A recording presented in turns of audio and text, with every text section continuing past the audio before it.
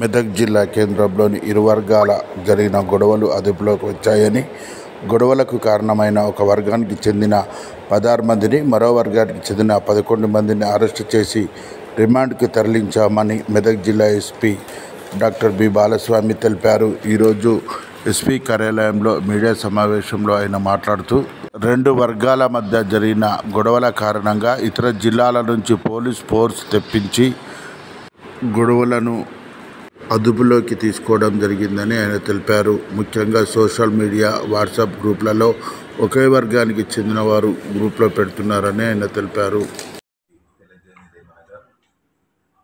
శనివారం రోజు జరిగిన అల్లర్లలో భాగంగా మెదక్ జిల్లాలో 8 కేసులు రిజిస్టర్ చేయడం జరిగింది. దీనికి సంబంధించి ఇప్పటి వరకు మొత్తం 27 మందిని అరెస్ట్ చేసి రిమాండ్ చేయడం జరిగింది. అదేవిధంగా ఆ రోజు జరిగినటువంటి అల్లర్లలో వీడియో ఫుటేజీ, తర్వాత సీసీటీవీ ఫుటేజీ వెరిఫై చేసిన తర్వాతనే మేము ఇరు వర్గాల నుంచి ఎవరైతే పార్టిసిపేట్ చేశారో వాళ్ళని మాత్రమే రిమాండ్ చేయడం జరుగుతుంది. అనవసరంగా వాట్సాప్లల్లో, సోషల్ మీడియాలల్లో ఒకే వర్గానికి చెందిన వాళ్ళను రిమాండ్ చేస్తున్నారని లేదా విధ్వంసకర పోస్టులు పెట్టడము ఇది మంచిది కాదు. ఎందుకంటే మేము పోలీస్ వారు అనేది ఎలాంటి ఒత్తిళ్లకు లొంగకుండా ఇరు వర్గాల నుండి ఎవరైతే ఇన్సిడెంట్లో పార్టిసిపేట్ చేశారో వాళ్ళని మాత్రమే విత్ ఎవిడెన్స్ తోటి పట్టుకొని రిమాండ్ చేయడం జరుగుతుంది.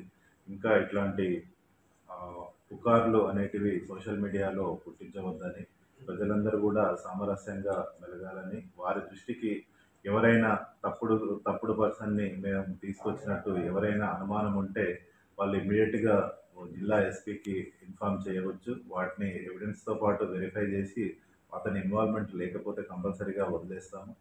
కానీ మేము వెరిఫై చేసే ముందే మొత్తం కూడా వీడియో ఎవిడెన్స్ తోటే పర్సన్స్ని గుర్తించి ఐడెంటిఫై చేసి వాళ్ళని తీసుకొచ్చిన తర్వాత కూడా అందులో ఉన్న వీడియోలో ఉన్న అతన్ని కన్ఫర్మ్ చేసుకున్న తర్వాతనే వాళ్ళను రిమాండ్ చేయడం జరుగుతుంది. కాబట్టి అట్లాంటి ఈ అపోహాలు, తర్వాత తప్పుడు ప్రచారాలు చేయవద్దని ప్రజలందరికీ విజ్ఞప్తి.